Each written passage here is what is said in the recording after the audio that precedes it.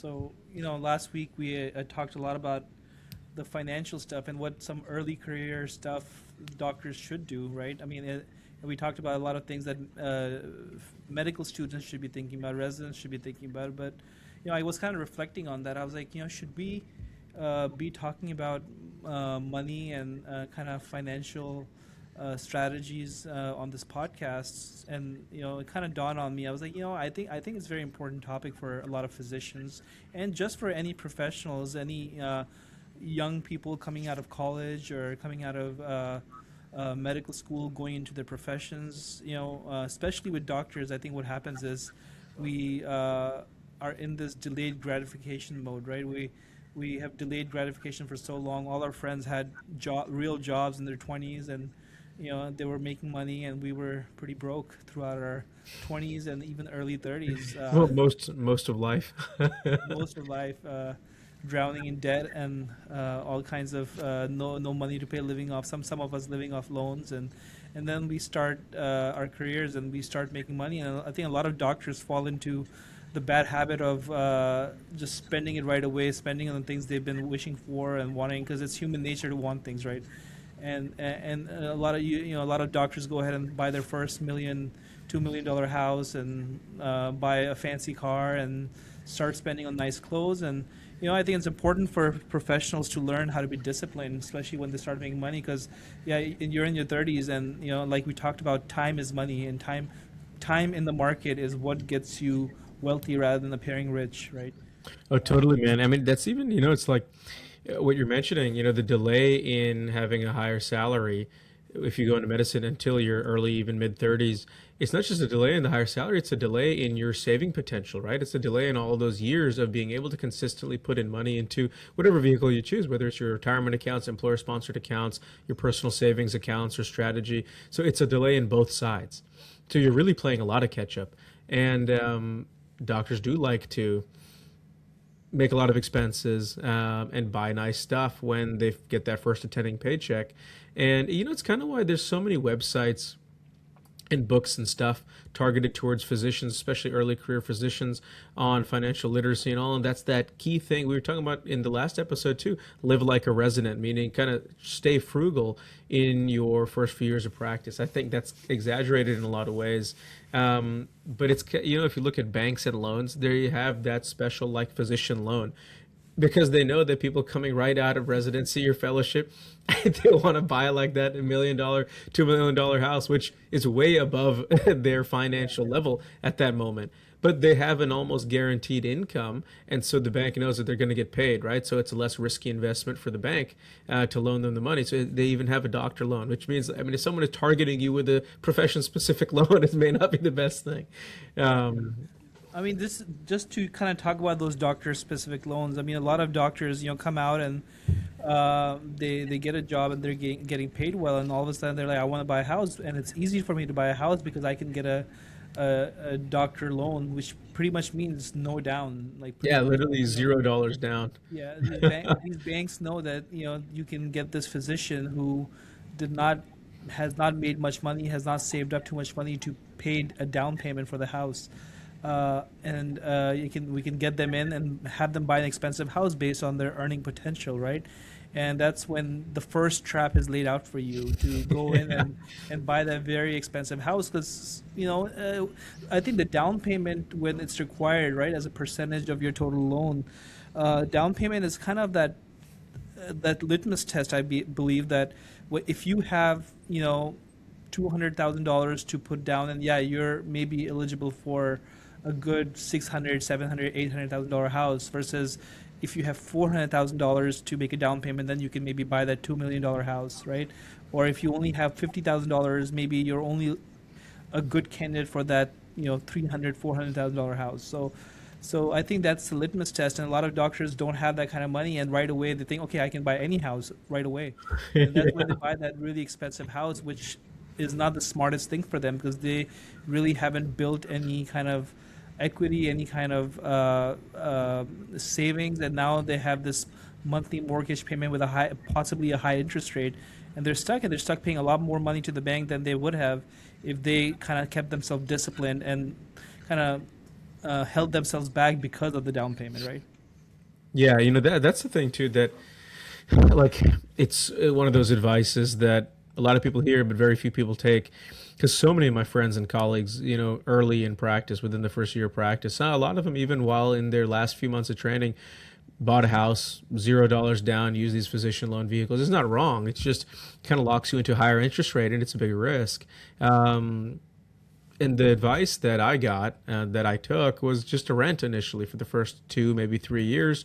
For one, you build more money. Two, you really learn about the area in a different way. Even if you're going back to a place that you grew up or where you trained in or something, when the older you are and the more life happens, the more your family is around, which may not have been the case earlier. You may not have had kids when you lived in the same city or something previously. You evaluate things differently, where you want to live, where the school zones are, what kind of stuff is around for your family in general, versus when you were kind of a trainee who didn't do much other than go from your apartment to the hospital and back.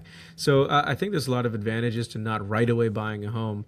And that way it's also forced savings to be able to put that down payment and get a lower interest rate. Yeah, yeah. And for me, I kind of came out of fellowship, and as you know, I started my own practice. So as a self-employed physician, I was not eligible for that physician loan right away. So that kind of saved me from overbuying or overpaying for a house that I did not yet could afford, right? I bought a house that was within my means because I needed to have money for a down payment early on. And I bought a house maybe a year and a half or 2 years into my practice. But I was able to save the amount of money because as a self-employed physician, you need to show 2 to 3 years of at least 2 years of tax returns to assure them that your practice is picking up and you are building a practice. So that's why you're not eligible for a physician loan. So for me, I bought a house I think 1 year into my practice, but that kind of kept me from overpaying. But not everyone is gonna and I could have easily fallen into the trap, I think, looking back, of Yeah. overpaying for a house. So these are some of the things that you got to look out for, because when you do start making money as a physician, you work long hours. There's a lot of responsibility. You're making a lot of critical decisions, and a lot of people's lives depend on your decisions and your treatment, your availability for them, and for that you do get compensated well, and you need to know what to do with that. There's a lot of physicians we both know that are well into their late 60s and 70s and are still working, partly because they enjoy working, but partly also because they did not save as well and did not discipline as well. Now their lifestyle creep has caught up, and the amount of money that they're spending, they have to keep working, right? That's a big thing as well. Oh, totally. That lifestyle creep for sure. I mean, it goes by so many names. People call it like golden handcuffs, right?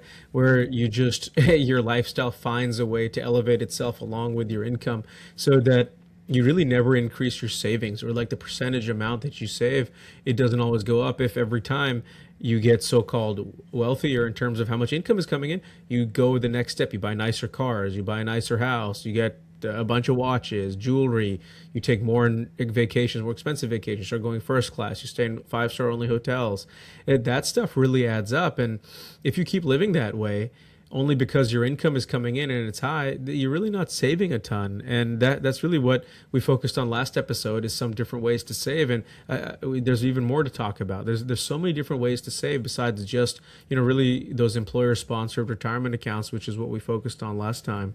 Yeah, the employer. I mean, you're absolutely right. The lifestyle creep. That's a big trap a lot of physicians fall into, and a lot of people do not take advantages of these plans that we talked about early on. And as we talked about early on, is when you have the most benefit in adding to these plans, right? But as we talked about, these government sponsored plans like the 401k, the Roth IRA, the IRAs, the regular IRA, and things like that are pretty much government-sponsored plans, right? These are ways to make money, and there's a lot of different philosophies in the financial world. I've lately been nerding out about a lot of this stuff, and there's different school of thoughts, right? There's people like Dave Ramsey, like he is the guy that preaches that, oh, just pay off all your debts for all your debt first. save, live very frugally. Similar kind of strategies are talked about in the White Coat Investor, which is a lot of. I think that's the only book for physicians out there, right? That's the only kind of financial strategy book that is out there for physicians. And when I read that book, the first thing I thought was, man, I really have been living like this, like a resident all my life, and I'm in my mid 30s, and still, this book is telling me to still keep living like a resident. Like, is that really the only best advice I could get, Yeah, right? And like the that kind advice of, basically is summed down to like, well, just don't spend any money, you know? yeah. Like, that's it. I'm like, Don't well, spend any okay. money. Keep putting down. Don't buy a house. Uh, you know, just don't have fun. Right, right. And I mean, this is stuff that applies. I mean, like, even though we're two doctors talking on here, this applies to everybody, right? Like, you need to make money, you need to save money and have some smart investments and then live your life and enjoy your life. And, it's, I don't know. I just think that there's so many different ways to invest money that isn't just like savings. It's not just these savings accounts, ways to invest so that that money also builds wealth in an act. And so those are the four things, right? I'll just reiterate them that everyone's got to make money, save money, invest their money, and then also live life and have fun. And so, we talked a lot about saving vehicles last time, but investment, in my mind, is different than just saving money. Investment is something that has the potential to make a lot more multiple on your money, but it's also riskier, right? Like in technically all savings, you're putting it in something because you're not just leaving it in a checking account in the bank. You're still investing it in something, but those are very secure investments. The majority of them just follow the market. But investing now, the way I look at it and I think about it is I want to have several buckets at least that diversify my ability to have risk, but also to have more reward. Like multifamily types of investments, whether you directly invest into and buy a house and now you rent that house out to tenants, or you do the same thing with a commercial property and you have several tenants who own businesses like a barber shop, a nail salon, a restaurant, whatever, and you manage that, versus you have syndicates where you are just one of many investors that invest their own piece of the money and you get your percentage equity depending on your investment amount. And then over the life cycle of that investment, like 3 to 5 years on average, in a lot of these syndicated multifamily things, you get payouts. It can be dividends given every quarter and annual ones. So those are all very simple and not very complex investment vehicles. And I think those are things that anyone can potentially invest into. If you directly buy a house or buy a commercial property, those take a lot more capital up front, which is why these syndicated investments, you can invest small amounts. Some of them, you can invest 15, 20,000, 25,000 bucks and get your piece of it. And that's how you grow. It doesn't matter how much money you put in initially. Everyone's amount initially is dependent on their income, their earning potential, and their savings. But it just allows you to get a piece in the game of something that's potentially a multiplier on your money and a higher potential payout. That's how I kind of look at investing. These are just some examples, but I think these are easy initial examples to think about and learn about. Yeah, I think that's absolutely true. The Roth IRAs, the 401k plans, all that stuff that you put a little bit of money, in every month, and that money builds some, gives some dividends. That dividends add up, and though that money continues to grow in the market, that's slow growth, right? That's slow, timely growth over time. But I think a big important part of building wealth is also having different buckets like you talked about. So there's a bucket of cash, right? There's cash bucket, which is liquid bucket, where you want to have that money available for emergencies in life, right? Then we have this long-term bucket, long-term save bucket, like you talked about the retirement accounts, right? That's the money that we put in, safe money that builds up over time, and that's accessible to us later in life that we can use to live off of. Then there's also like immediately, there's a growth account. There's always should be a growth account where you're putting a lot of money in that's growing over time, but it's also available to you right now for different things such as investments, right? So I think that investments come into that growth account bucket, and a big part of the growth account is using the money that you have now, but making sure how much faster, what velocity you can grow it, right? So I think real estate investment is a huge part of it, like you're discussing, buying commercial real estate, buying either residential, real estate, or even investing into the syndicates. Now, as a business owner, I think, or even someone who has a W-2 income, I think real estate has a lot of different advantages, right? And that's why a lot of people like to go into real estate as a next step in their wealth building journey, right? Why is real estate such a big phenomenon? Why do all people who are rich or who have any kind of money eventually go into real estate? There's a joke that I see all the time where you're like, I see it all the time. It's like, oh, a guy starts making money or a girl starts making money, and all of a sudden their spouse is a real estate agent. Why is that? There's a reason for that, right? Because real estate provides massive tax advantages to a lot of people, right? People who invest in real estate can benefit from saving a lot of money on taxes.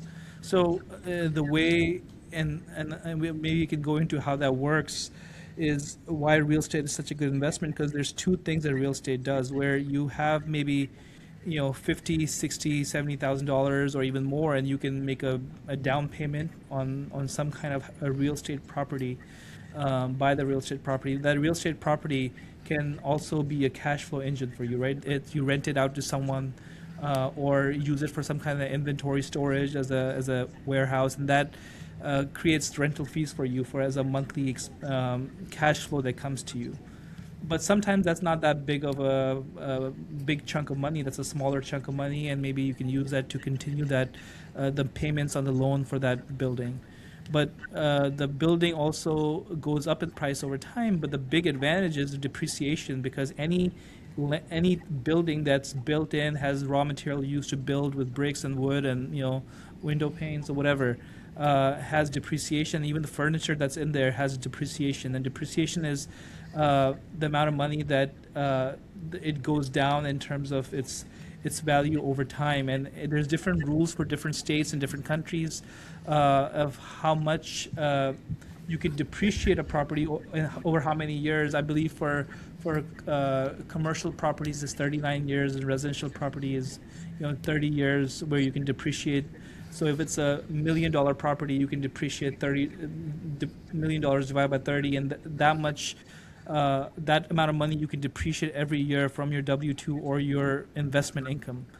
But the other Yeah, aspect, there's like an art to it too, because yeah, you can have different weights, like how much percentage of the depreciation you're going to front load versus back load.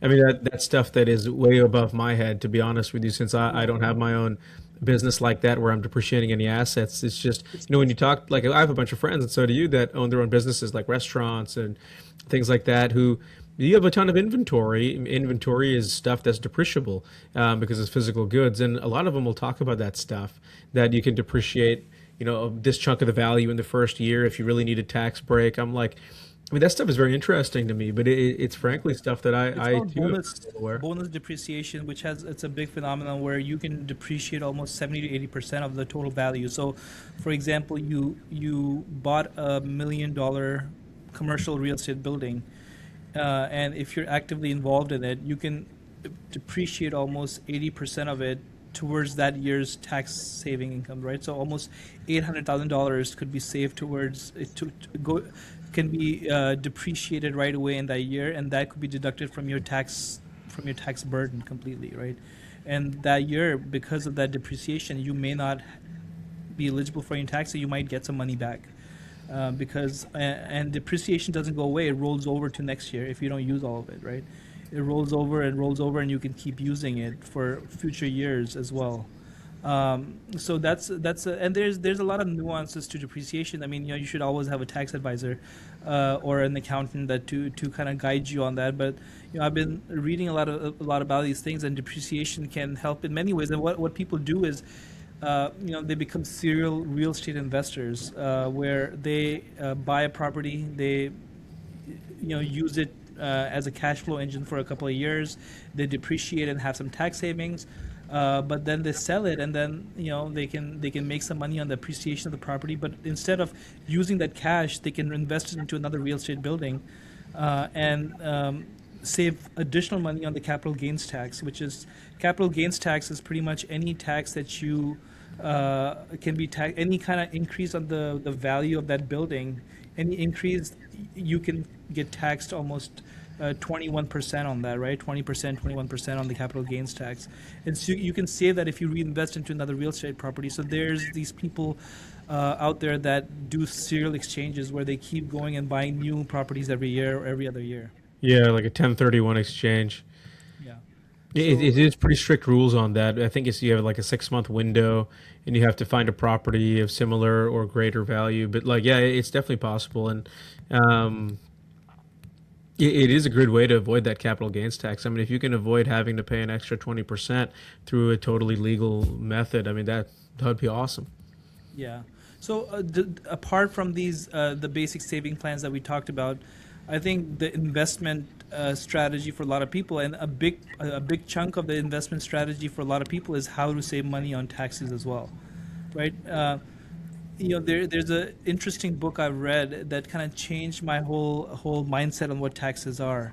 And taxes, a lot of us think of taxes as a boogeyman that comes and tries to find us and charge us money. But pretty much how we need to think about taxes is taxes are a way for the government to incentivize you, right? So if the government wants you to build a business, they give different businesses, tax breaks or tax credits or tax incentives to go and do those things, right?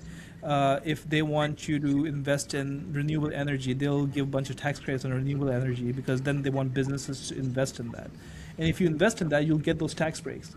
So saving money on taxes a lot of times is not you cheating the government and not paying your fair share. It's pretty much the government telling you, "Hey, go ahead and do this, so you can create more jobs and more value for the country," and that in that way you'll also get some benefits, right? Oh, So totally. I mean, then it's very legitimate, because it's to stimulate certain sectors of the economy. That's really like why those tax incentives are built in. They're like oil and gas has a ton. Obviously, because historically oil and gas has been a huge money driver and a huge job creator, so it stimulates the economy across the board. And so they have a ton of stuff like that that's built into the tax code to get like one of them, this was interesting. One of my accountant brought this one to me.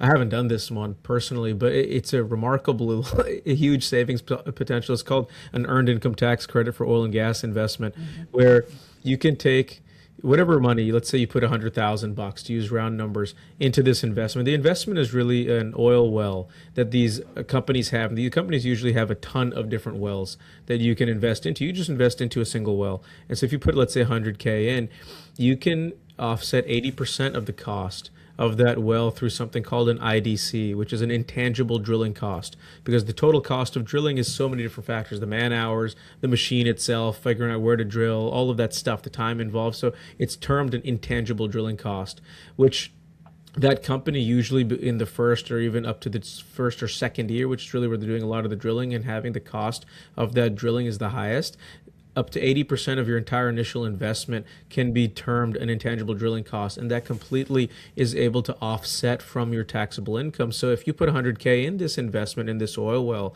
and the company shows that 80% of that in the first year was going towards this intangible drilling cost, then overall your net income, not just this investment, but your net income from your life that year, $80,000, 80% of that 100,000 investment is offset. So now your total taxable income is 80,000 less because of this intangible drilling cost. And that's a very legitimate investment. It's a real thing that happens every single day that people use this tool. It's written in the tax code. And then your investment, that 100K you put in, is still there. It's still your portion of equity in that well. The well runs for several years, and usually that sells the life cycle at 4 or 5 years after you hold the well, and it sells to one of the bigger players like Shell or Exxon or something like that. And usually it sells between a 2 to 3x multiple of your initial investment, which is not a bad gig in 3 to 5 years. And that's a very real thing that people invest in, especially towards the end of the year. And timing is another thing, Humayun, maybe we should touch on, is the timing of a lot of these, we could call them tax advantaged investments. Like if you have spare cash or whatever at the end of the year, someone who sold a business or sold a rental property or something towards the end of the year, you have a lot of cash. You can use that to offset your potential profit, your capital gains and stuff on your rental property that you sold, and put it right into something like this. That's something that a lot of people do. Yeah, definitely. I mean, that's, and it's not just that people are saying, oh yeah, you're paying $100,000 to get maybe a $30,000 advantage on taxes. Yeah, that's $30,000, $40,000 that you're saving on taxes right now based on your tax bracket, right? But that money is also multiplying, right? It's producing income for you. It's multiplying for the next 4 or 5 years, and it grows, and then you get returns as well. Yeah, So that's true. Maybe I wasn't clear. It's like it's an investment just like anything else, which you put yeah, money in and over time it grows, right? yeah. Obviously, assuming it does well, but it has this additional X factor, this bonus factor of being a big tax break for you for that year with this intangible drilling cost. There's a lot of investment stuff like this. This is just one example that I think is honestly pretty fascinating and simple to understand. Yeah, I mean and that's exactly the same kind of principle with real estate as well, where you or commercial real estate or residential real estate is where you get that bonus depreciation and you're getting that tax advantage early on, but it's not that you just spend that money and that money went away. That money is invested into a property and that money is growing and producing cash for you and it's growing. I think one thing that a lot of physicians are very scared of early on is leverage, right, and debt, and taking out loans to pay for certain things, right? So that's another thing I think we should kind of touch on because a lot of times we're talking about these big investments, right? Oh yeah, invest this much money or buy a $2 million property but not everyone has $1 million, $2 million just laying around to just pay for it out of cash, right? That's not what most people do. That's why a leverage is a very important word in business. What is that? What does leverage mean? Leverage means you do not use your own money. Your own money should be out there in the market growing, right? And you use money that you borrow, right? A smaller amount of money that you borrow. That you're putting in, and you put in a down payment, right? You use a little bit of your money, maybe $50,000 of the $2 million that you're borrowing, and that small amount of money that you're using to build much larger wealth because you're buying a much larger property on that, and that grows and produces returns for you. And once you sell that property, that loan gets paid off, and you make a certain profit. So leverage is pretty much using a little amount of money to make a lot more money from that, right? And that money a lot of time is borrowed money as loan. Yeah, it's basically using debt to your advantage, right? Yeah, I mean that's, and if you look at a lot of companies, a lot of corporations use debt to their advantage. I mean, debt is not a bad thing. Yeah, it's a bad thing if you're consuming it, right? If all you're doing is putting money on your credit cards and buying things from it, and just buying clothes and buying groceries and going on and buying nice clothes and paying for your everyday consumption habits, and that's bad debt, right? But good debt is where you use that money to make more money, and that at a much higher rate than what the interest rate you're being charged at. And that arbitrage of the interest rate, if you're being charged at a 4% interest rate on a loan, but you're getting 7-8% returns on the investment you made, that percentage difference is a huge benefit. And that's why a lot of people that have made a lot of money don't even use any of their money for any of even living expenses. A lot of people borrow against the assets they have and use the debt to live, make investments, and make even more money. So I think using borrowed money for the right things is very important, and that's a good concept for a lot of people to understand, right? Yeah, I mean, like business is built off of that. You look at it, every company is in debt in some way. I mean, they're taking loans for stuff, and especially new projects, new developments. No one is paying cash outright. Very few are doing that. But it can be hard to stomach, right? I mean, even me personally, um, like currently, the only loan or debt that I have is the mortgage on my house. But the idea of taking another loan, there is just an emotional aspect to it too, of just like you don't want a lot of debt. And so you mentioned earlier, I think you're spot on that a lot of physicians are hesitant about that because almost all physicians have student loans. And student loans weigh on you because from the moment you take that student loan, when you're basically, almost like a child in your like teens, for a lot of people going to college or even in their early mid 20s when you go to med school or law school, whatever professional school, you're like burdened by this. It's on the back of your mind all the time that I got to pay this off. I got to pay this off. And now the prospect coming into initial practice and your wealth growing in your early and mid 30s, the idea of taking another loan for the purpose of investing in business when you still have potentially other loans like your student loans to pay off, I can understand why it's difficult for sure. Yeah.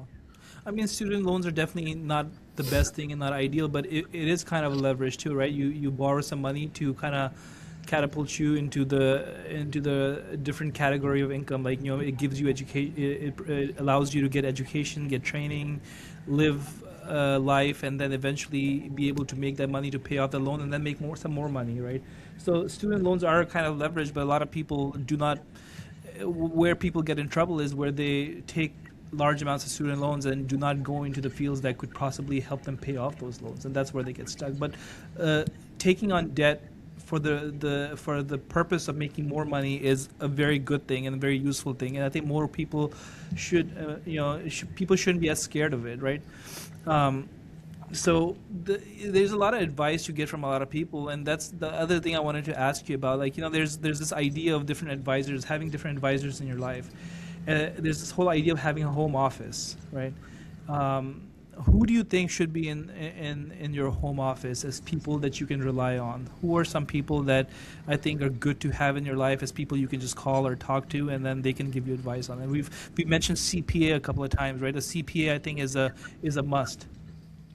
For sure. I mean, I think having a good accountant that you trust, not just for like tax season, not just like, okay, well, April's coming up, I got to file my taxes, let me talk to my CPA, and then you never talk to him until the next year at that same time. I mean, I think having like a real strategy and almost like, I guess you could term it like a proactive accountant and a proactive strategy to bring up ideas, kind of like we were talking about with these tax advantaged ideas like the oil and gas thing or anything like that, or how to structure your business, how to do business expenses, how to divide between business and personal stuff, and really utilize everything that you can within legal bounds to keep more of your money. I think that's huge. So having a good accountant that isn't, again, just for tax season, I think is really important. A financial planner, this is kind of plus minus. I mean, there's not consensus on this, and it's controversial. A lot of people just manage their finances themselves because you can self-manage all of this stuff that we've been talking about. But having a financial planner and financial advisor, I think, is really helpful. It has been very helpful for me because, like, other than just putting your money in some investment accounts and syndicated investments and things like life insurance and term and whole life. I'll be very honest. I mean, before I started talking with my financial advisor, I really didn't understand or know much about whole life insurance, and the mindset was just what I had heard was that term life is all you need. It's a checkbox item. That way, okay, something happens, you die, at least your family's taken care of. And I was like, whole life, okay, I don't really need it, but it opens your eyes. Like, whole life is a potential huge investment vehicle that's tax advantage. It's almost inappropriately named whole life insurance. It's not even really life insurance. But so, a CPA, a financial planner, and then I think someone who is at least in a similar field as you. Like for me, as a surgeon, an orthopedic surgeon, like someone who's in a similar field as you but has a lot more experience, to see what they went through at the same stages in life and to really talk about finances and what worked for them and what didn't, because there's so many things that are like industry and career specific that you can get into as investment opportunities, whether it's something like industry consulting or legal witness work, expert witness work, how to get involved in stuff like that. You're really only going to know that if you're in the trenches and you've done that before. No outside person is going to know that because they don't have that perspective. I think that's a huge avenue that you can get advice from, that anyone in the world can get advice from, regardless of your career, of someone who's gone through your shoes and willing to advise you, someone who has 5, 10, 15 years more experience than you. I think those three things are huge. Two real professionals in their thing, a CPA and a financial advisor, and then someone who kind of knows the ropes of what you're doing. They just have done it for longer. Yeah. The financial advisor, you kind of reminded me, the analogy is a lot of people can, go out and design a workout and work out on their own, but the financial advisor is like having a personal trainer, right? They're Yeah. keeping you accountable, right? You're going to the gym, working out. The personal trainer is making the workout plan for you and make sure you follow it and make sure you show up. And I think financial planner kind of plays the same role, where they're making some kind of financial strategy for you to help you grow wealth, but they're also They want you to be financially jacked, right? yeah, they're keeping you accountable. They're making sure. Yeah, they take a little bit of personal trainers are expensive too, and so are financial advisors. You are paying them a money to kind of manage your finances, but they're helping you kind of stay and bringing you ideas. This is someone you can call and be like, hey, I'm about to make this type of investment, or uh, I'm going to depart with my money, and then they walk you off the ledge and be like, hey, hold up, is this the right thing to do for you? I mean, think Right. about what you can do. Let me draw out some different ideas for you. So I think financial planner is good, but sometimes, if I think a tax advisor, and not all CPAs are tax advisors, right? So having a tax advisor on top of your CPA, or if your CPA is a great tax advisor, that's a very good combination. A tax advisor can be a very good part of your office. And the last one I'd say is an attorney. Having a lawyer easily accessible, be it, and I'm not talking about attorney that's for medical malpractice. That hopefully none of us get in that kind of trouble, and you should have some context for medical malpractice attorney. But I'm talking about either a estate planning attorney or a tax attorney, right?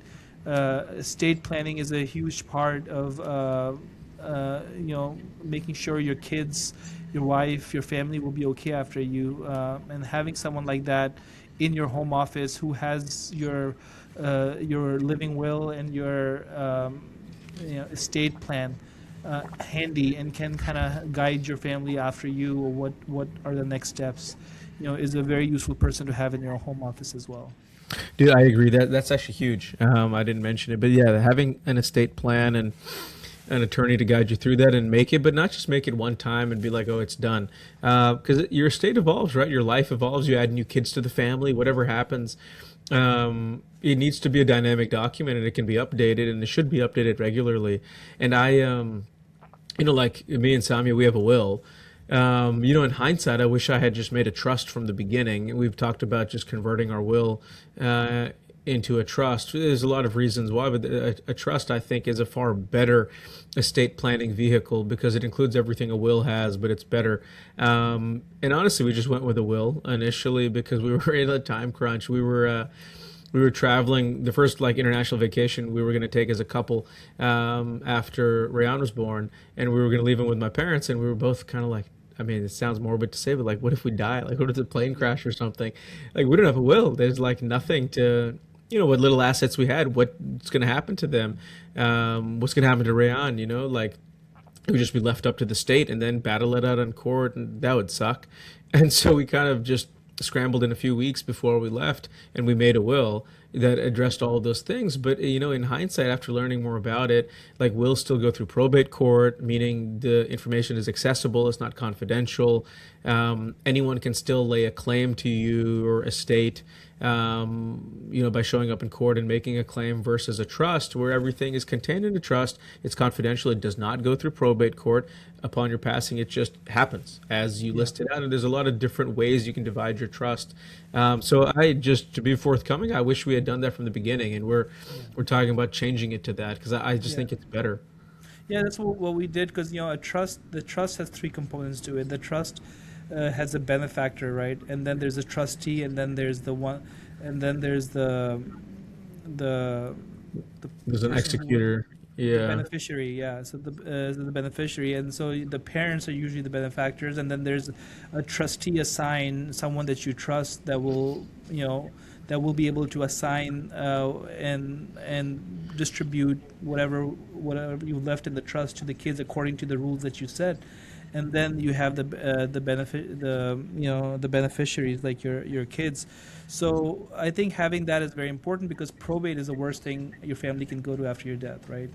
Probate means that all your business is public, and everyone sees that. And when your will goes to when your wealth is displayed on public, many people come after it, right? And there's all kinds of scammers that can come after your family, offering them different ideas and different plans, and who knows if your family will fall for it or not afterwards. And it's very important to protect them from that, and not have to go through the whole idea of probate, and have an exact plan, and stable plan for when you do pass away, or timely or untimely, right? And a lot of times when you have young kids, it's very important, because you have to decide many different things. That's part of the will, but it's also knowing who is there in the family that you can trust, You don't want your kids to get the money right when they're 17-year-old. Like, you don't want any wealth you built and a 17-year-old to all of a sudden have all this money that you built for them, or the life insurance money that you might come on from you passing away. So there has to be a plan. At what point in their life should they be able to get access to this kind of money, and until then, who will take care of that money? So I think that's very important, to have a trust or have some kind of state plan, right?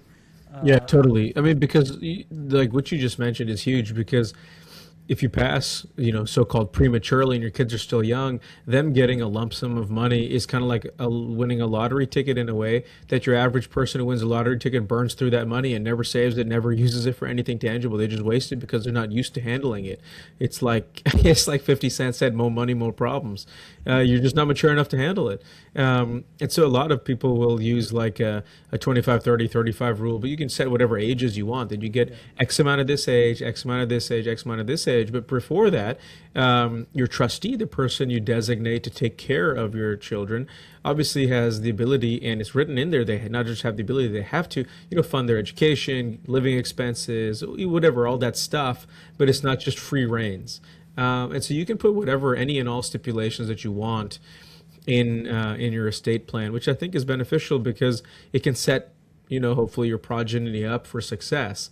I also think it's like I don't know what you think about this, but I think a lot of people of our generation, people that are in their mid 30s, we all have parents that are like in their late 60s, early 70s, in that age. Like our parents are mostly of that generation, which, it sounds maybe morbid to talk about, but life is life. They're getting to the age where people are passing away, whether from chronic disease, an accident, a fall, whatever. And a lot of people of that age group, I mean, I was just talking to my parents and my parents' friends, like over a prior holiday. A lot of them have like no will, no trust, no estate plan, nothing. And I was like, it's almost like weird to talk about. I don't know. I felt weird talking about it with them, but like, you got to have a plan. What are you going to do? I mean, really, what are your kids going to do? They're grieving the loss of a parent. They're sad. It's like a problem. They may not live in the same state or city. And now they got to show up to court. They got to bring all these documents and all that stuff. I mean, it's a huge nightmare in a lot of ways, logistically, time wise, and the stress of emotions going through that process. I think And it's it's a very expensive. prudent thing. Yeah, I think Yeah, it's a very going to prudent thing to probate is talk expensive. about. Yeah, I mean, I think everyone should really discuss with their parents, um, like what's the plan? And maybe that's like a nice thing. It's the holiday season right now. Everyone's getting together for the holidays. Talk about it and see because, in addition to parents leaving inheritance for the kids, they've built up their wealth and everything, and it's nice to pass it on. You also don't want to pass on problems. So if it's something that you could basically address and ameliorate issues down the road in the here and now, I think that's a very nice thing to do. Yeah, I think a lot of people don't even know what happens. Like, they just think Yeah, that, which oh is yeah, crazy, but it's true. yeah, You're they right. think that when they die, the kids will just kind of work it out, but what they don't understand, that there has to be legal processes that you have to go through, and those legal processes are not as they're just not as easy. They're not as simple. You have to go to court, to probate, to kind of prove what is theirs, what is there's not, and all these people then get public access to this information, who know what these people had, and they can come after them in one way or the other, right? So that's, we were kind of talking about a lot of morbid things, and the other thing you kind of touched on a little earlier. I think this kind of segues well into that, is the life insurances, right? So there's two types of life insurances, as we've talked about, and one is term life, and there's whole life plans. And term life plans are pretty much, you set a limit that maybe up till 25 years of age, 25 years from here on, maybe until your kids are in college and independent. You'll pay a certain amount, which is most of the times pretty cheap. You pay a certain amount a month, and based on your health, your family will get a certain amount of money until they're 25, and after that it goes away, right? So it's all this money that you've paid up and paid up and paid up just as an insurance, for your kids to get that money when you do pass away untimely, so it can fund their education, maybe pay off a house, and make sure it gives them a proper life. So that's term life insurance. But whole life insurance it's a whole different beast and a whole different phenomenon. There's a lot of controversy about it, right? There's two groups of people. There's people that believe that whole life insurance is a scam, that the insurance agent is selling you because they get tons of money from it and they make a lot of profit from it. They get commission, so they're just trying to sell you these whole life policies. And then there's a group that sees a certain amount of value on it, right? They see the value of the banking system, that you are creating your own bank using these whole life policies. I think there's a lot of misinformation about whole life policies, because there are certain types of whole life policies, like there's IUL, the index. I forgot, IVL or IUL, and these are plans that a lot of times do not pan out that well. But actual whole life insurance plan that's designed properly to be a banking system can be a big source of liquidity. And we talked about liquidity as a bucket, right? And whole life policies, if you contribute the right amount, with the right premium and with the right term rider, and these are terms that anyone can look up, and or we can explain it. But if you design it the right way, it can be a huge source of cash that you can borrow against later in life, as a way to do few things, right? You can a lot of times pay for your kids' college. You can buy them cars, or you can use that as investments, right? And that's what I was talking about leverage wise, where you can borrow some money to invest, that can make more money for you. So whole life policies are a huge source of cash for a lot of people, and many people use it very smartly for those advantages. Yeah, I mean that's something that like I was mentioning after our financial advisor brought it up. I don't know. I like never discount anything someone says. I try to like look it up because I had no idea about this. I was like, whole life insurance. That's just something I've always been told my whole life. Man, you don't need that. Just get term and you're good. But like it's not even really insurance. It's just the ability to have an extra source of cash that you've put money into that grows and really grows tax free. And it actually has a direct cash value. I mean, every whole life policy has like a set table of like time versus how much that investment grows over time. And the cash value within that life policy, I almost think of it almost as like it's like an account, rather than a so-called policy. I mean, it's just like an account, like anything that has money in it that grows. The cash value grows over time too. And there's like a break-even point, and every policy is different, but the break-even point is basically now the amount of money you've contributed in versus the growth of that. The cash value is going to flip. And so now it's just a net positive. And where that flip happens obviously depends on, like you're saying, what your premium is, what type of policy you have. But it overall, it's really just an investment vehicle. It's not, I don't think it's insurance at all. I think Yeah. it's really an investment.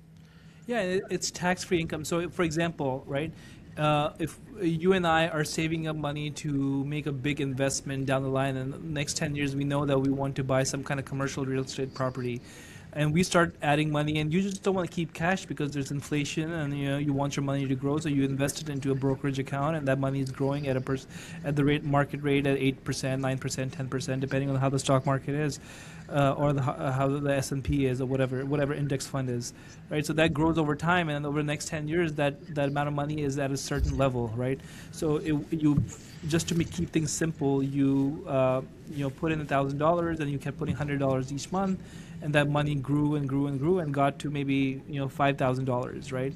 And it could keep growing, based on how much money you're adding. Now you have this money to invest, but if you take it out, first thing happens is you have to pay all the money that accumulated, and the growth on it. You have to pay the capital gains tax on it, right? So the first thing that happens is that money gets taxed. Now, when it's out of that account, it no longer compounds. And what we've talked about is compounding is the key, right? Time that money spends in the market, it grows on top of each other and keeps compounding, and that's very important. Now, if you're in a brokerage account and you want to make that big investment, now you take out the money. It's no longer compounding. It's no longer growing, right? Now, if that money goes into your whole life policy, for example, and you should have both, right? You should have that fast growth money, but whole life growth account, it grows at a much slower rate. There's a break-even point because you add and add and add. You don't see that cash value rising, but at some point there's a breaking point, and that cash value grows, and now you have a lot of cash. what happens is that money is tax free now. And a lot of times what happens is you don't just take the money out. What you do is you borrow against that policy. So it's if you now have a cash value of 150,000 there and you want $50,000 for an investment, you would borrow $50,000 at a small predetermined interest rate. So maybe 4%, 5% for a lot of policies. And you borrow that money. Now that $150 cash value that was in there, that's not gone. That's still there, and it continues to compound on top and keep growing while your money that you borrowed at a low interest rate is now invested and also growing, right? And it's maybe growing at an 8% rate, 9% rate, and it's giving that difference of the borrowed money that you borrowed at 4% interest rate, and it's now growing at 9% rate. That 5% that you're making on it is hugely beneficial. And then at some point you can pay back that money that you borrowed, and if you don't pay back, it just comes out of your death benefit that goes to your kid, right? So if your death benefit is, $5 million, for example, if you borrowed for $50,000, that in the end your kids will get $50,000 less plus the interest that it accumulated. So that's just something you have to be mindful for. But you should always use that money as a different bucket for investment and growth, not as something you just taking out to use or whatnot. So what a lot of people do is use that money for either investments or they use it as their own bank. All right. So a lot of time people go in and buy their kids a car, and the car is $40,000. What people do is they borrow that money from a bank, $40,000, and they over time pay for it. So people who have a lot of cash value in their whole life policies, what they do is they borrow from their own policies, and then they pay that policy back instead of paying a bank. And that way your money continues to grow. You do not pay a bunch of interest to the bank. Yeah, And it's now, almost like just keeping it in the family. It's like borrowing money from a rich uncle and paying him back eventually, rather than giving it to some third party bank, because it's your policy, it's your account.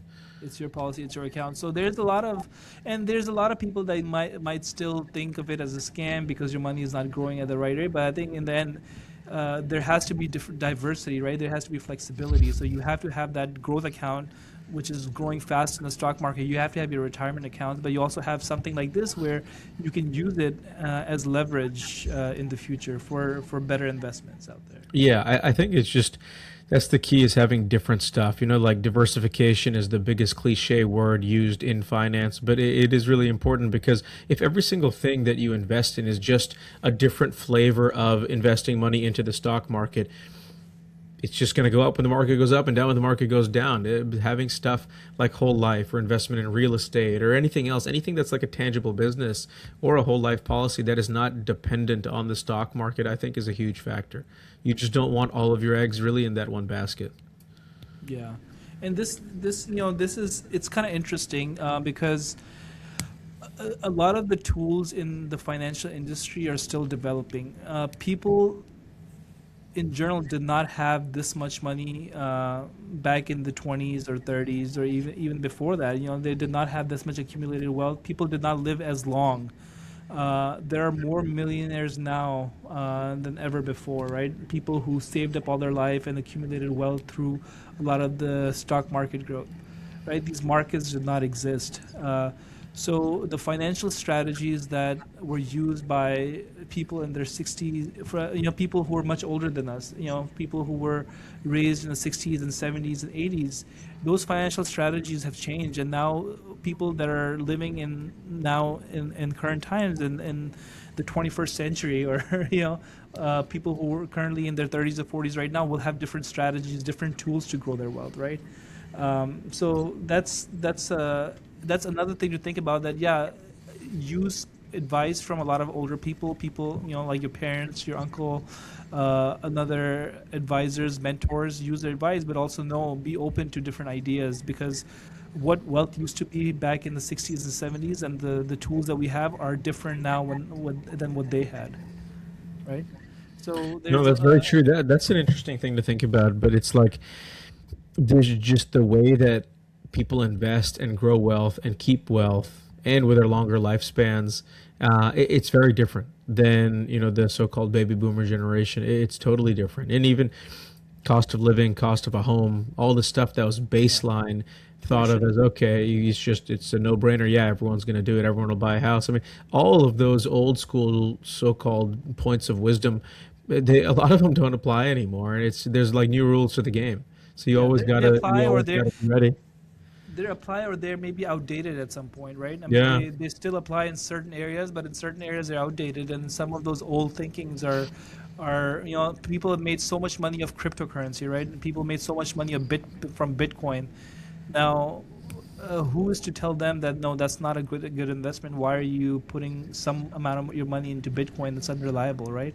But there are people that are putting a certain percentage of the money they're making into cryptocurrency because that's another tool that we have that we did not have maybe 15 years ago, 10 years ago, right? Yeah. So that another thing I was, that's one thing. The other thing I was reading is, a lot of times now newer companies, a lot of these AI companies, a lot of younger corporations, before the norm was they go IPO,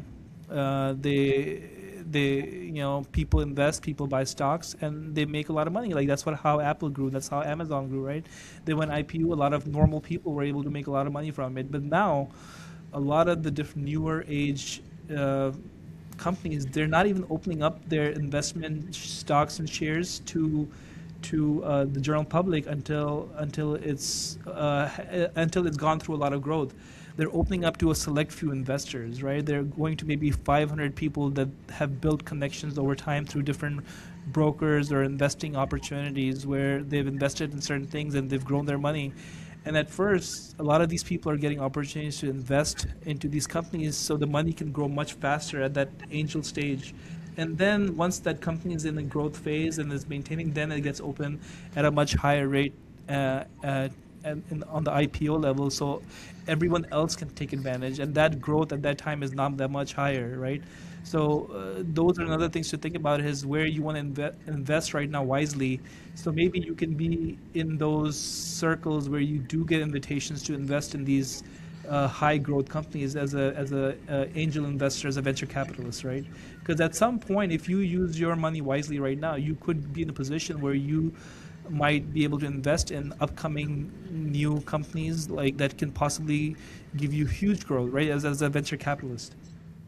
No, totally. And it doesn't even have to be on the scale of like, oh, we're waiting for OpenAI's, IPO. Like there's a lot of stuff even on the local level, much smaller scale that you hear about it word of mouth. You hear about it through connections you make, and it's really about staying open-minded. That's how you hear about a lot of stuff. A lot of stuff that comes out of local incubators or local tech stuff. Like here in Houston in the Med Center, there's so much tech, especially like health related because of the med center. There's a lot of med tech that's happening, and you hear about it by staying connected, going to random happy hours, talking to postdocs or residents that have good ideas and stuff, or they know somebody who's coming up with something, wants to patent something. That's how these things grow organically. So it's like in Humayun, what you're talking about is totally true, that the IPO game has changed, especially with tech companies and a lot of these AI companies.